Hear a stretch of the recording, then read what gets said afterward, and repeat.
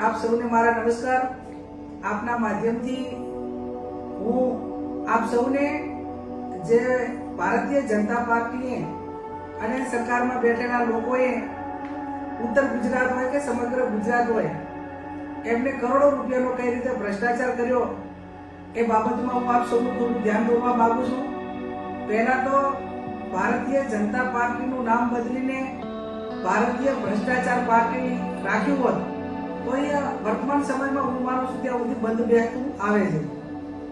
થરાદથી કરીને અમદાવાદ નવો ભારતમાળા રોડ એ મંજૂર કરવામાં આવ્યો।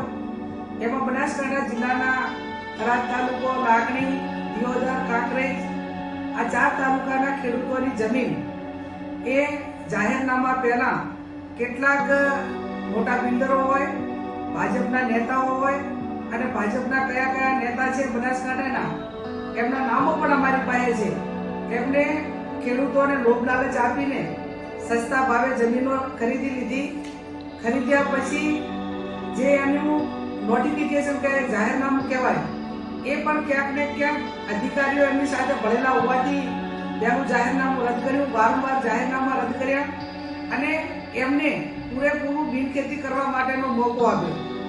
જંત્રી 4 પ્રકારની હોય: ઉદ્યોગ, કોમર્શિયલ, રેસિડેન્ટ અને ખેતીવાડી। એમાં સૌથી ઊંચા ભાવ એ ઉદ્યોગની જે જંત્રી લાગતી હોય, ઉદ્યોગમાં જે જમીન કન્વર્ટ થયેલી હોય, બિનખેતી થયેલી હોય એના વધુ પડતા પૈસા ચૂકવવા પડતા હોય છે। આ 4 તાલુકાની અંદર જે ભાજપના કાર્યકરો હોય, કાર્યકરો તો નહીં પણ મોટા માથાઓ હોય, એમને 70 વીઘાથી પણ વધારે જમીન એ ક્યાંક રાતોરાત ખરીદી છે અથવા તો જે ખેડૂતના નામે હતી એ નામે બિનખેતી કરાવીને એની પાસેથી કોરા ચેક લઈને એની સાથે ચીટિંગ કરીને કરોડો રૂપિયા આ રોડ નવો બનાવવાની અંદર ભ્રષ્ટાચાર આ વર્તમાન સમયની અંદર આ દરેક નાગરિકો અને અમારા બધાની સામે નજરની સામે આવ્યો છે। આ બાબતમાં ખેડૂતોએ અમારું ધ્યાન દોરતા એને વિગતથી ઊંડાણમાં ઉતરીને અમે તપાસ કરી તો આની અંદર 1500 થી વધારે વીઘા જમીન એ ખેડૂતોની કપાય છે। તો માત્ર ખેડૂતોને 1500 વીઘા જમીનનું વળતર 4 તાલુકાના ખેડૂતોને 50 કરોડ મળે અને જે બિલ્ડરો છે એમને જમીન ખરીદી અને બિનખેતી કરાવી દીધું ઉદ્યોગમાં તો એમને 350 કરોડ મળે। એટલે ક્યાં 1500 વીઘા જમીન અને ક્યાં 70 વીઘા જમીન। આ તો માત્ર બનાસકાંઠાની વાત છે। આ જે જમીનનું જે ચૂકવણું કરવાનું થાય એ જે ઉદ્યોગમાં જેને પણ જમીન કન્વર્ટ કરાવી એનું લિસ્ટ પણ અમારી પાસે છે। બનાસકાંઠાની અંદર કેટલા ખેડૂતો આવે એ પણ લિસ્ટ અમારી પાસે છે અને જે પ્રાંત અધિકારી હોય, કલેક્ટર હોય, મહેસૂલ વિભાગ હોય, જે ભારત અમારા રોડના અધિકારીઓ એટલે નેશનલ હાઈવે ઓથોરિટીના અધિકારીઓ હોય, આ બધાએ એની મિલી ભગતથી એક વહીવટી રીતે ક્યાંય પકડાય નહીં અને ગુજરાત સરકારના પૈસા એટલે નાગરિકોના પૈસા એ આ રીતે ભ્રષ્ટાચાર કરીને જે નાગરિકોને પોતાની સુવિધા માટે વાપરવાના હોય, આરોગ્ય હોય, શિક્ષણ હોય, ગામથી ગામને જોડતા રોડ હોય અને અનેક સુવિધાઓથી ગુજરાત વંચિત છે।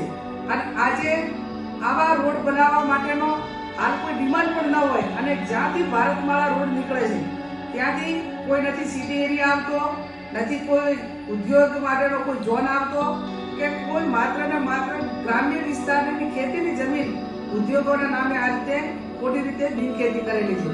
હું આપના માધ્યમથી જે માત્ર બનાસકાંઠાની આ વિગત છે પણ હજુ તો બનાસકાંઠા પછી પાટણ હોય, મહેસાણા હોય, ગાંધીનગર હોય, અમદાવાદ હોય તો ઉત્તર ગુજરાતના 5 જિલ્લાની અંદર એક જ રોડની અંદર 3 થી 4 હજાર કરોડનો ભ્રષ્ટાચાર એ આ રોડની અંદર થવાનો છે। અને આને આ રીતે જેમ બનાસકાંઠામાં જે રીતે બિનખેતી કરાવી આવીને આવી પાટણમાં પણ છે, ત્યાં મહેસાણા, ત્યાં ગાંધીનગર અને અમદાવાદ। આ બાબતનું ધ્યાન એ ગઈકાલે કેન્દ્રીય મંત્રી નીતિન ગડકરી સાહેબને મળીને એમને તમામ વિગતો આપી છે। કેન્દ્રના જે સેક્રેટરી ઉમાકાંત કરી છે એમને પણ મળીને રૂબરૂ મુલાકાત લઈને આ તમામ વિગતોથી માહિતગાર કર્યા છે। ત્યારે અમારી પોતાની માગણી એટલી જ છે કે આ રોડની તપાસ એ કેન્દ્રની ટીમ મારફત થાય ને એમને વિજિલન્સ કમિટીની રચના કરીને તપાસ માટેની પણ ખાતરી આપી છે. અને બીજી અમારી માગણી છે કે આજે કરોડોપતિ લોકો છે એમને ખોટો ભ્રષ્ટાચાર કરીને આટલા લાખો કરોડો રૂપિયા એ રાતોરાત સરકાર પાસેથી લઈ લીધા હોય અને ખેડૂતોને વર્તમાન જે જમીનનું વેલ્યુએશન છે, માર્કેટ ભાવ છે, વર્તમાન જે 2025 ની જંત્રી છે એ પ્રમાણે પણ આપવામાં આવતા નથી. એટલે આ બાબતમાં આજે 500 થી 600 ખેડૂતો એ બનાસકાંઠા કલેક્ટરને આવેદનપત્ર પણ આપવાના છે, એ માગણી પણ કરવાના છે. અને માગણી કર્યા પછી અમે અપેક્ષા રાખીએ છીએ કે આવા રોડ બનાવવા પાછળના જે કરોડો રૂપિયાના ભ્રષ્ટાચાર છે એને રોકવાની જવાબદારી એ સરકારની છે. આમ તો મક્કમ ને મુદ્દમ સરકાર અને દાદાના જે બુલડોઝર છે એ ગરીબો ઉપર ફરી વળે. કોઈને શિક્ષણ માટે 1 વીઘો જમીન જોતી હોય તો ના મળે, પણ આજે મહેસૂલ વિભાગ એ સીએમના પોતાની પાસે વિભાગ હોવા છતાં આજે મહેસૂલ વિભાગ મારફત એનું ચૂકવણું થતું હોય અને કલેક્ટરને પ્રાંત અધિકારી મારફત આવી ખોટી જમીનો એને થતી હોય અને છતાં પણ સરકાર ચૂપ રહેતી હોય તો હું માનું છું ક્યાંક ને ક્યાંક એ તમામ આ ભ્રષ્ટાચાર કરવામાં એમની સાથે સંકળાયેલા છે, એમની મિલીભગત છે. હું આપના માધ્યમથી અને મીડિયાના માધ્યમથી વારંવાર આ બાબતમાં ખેડૂતોને ન્યાય મળે એ બાબતનો અવાજ ઉઠાવ્યો છે. અમે સડકથી કરીને સંસદ સુધી આ બાબતમાં ખેડૂતોને ન્યાય અપાવવા માટે લડીશું.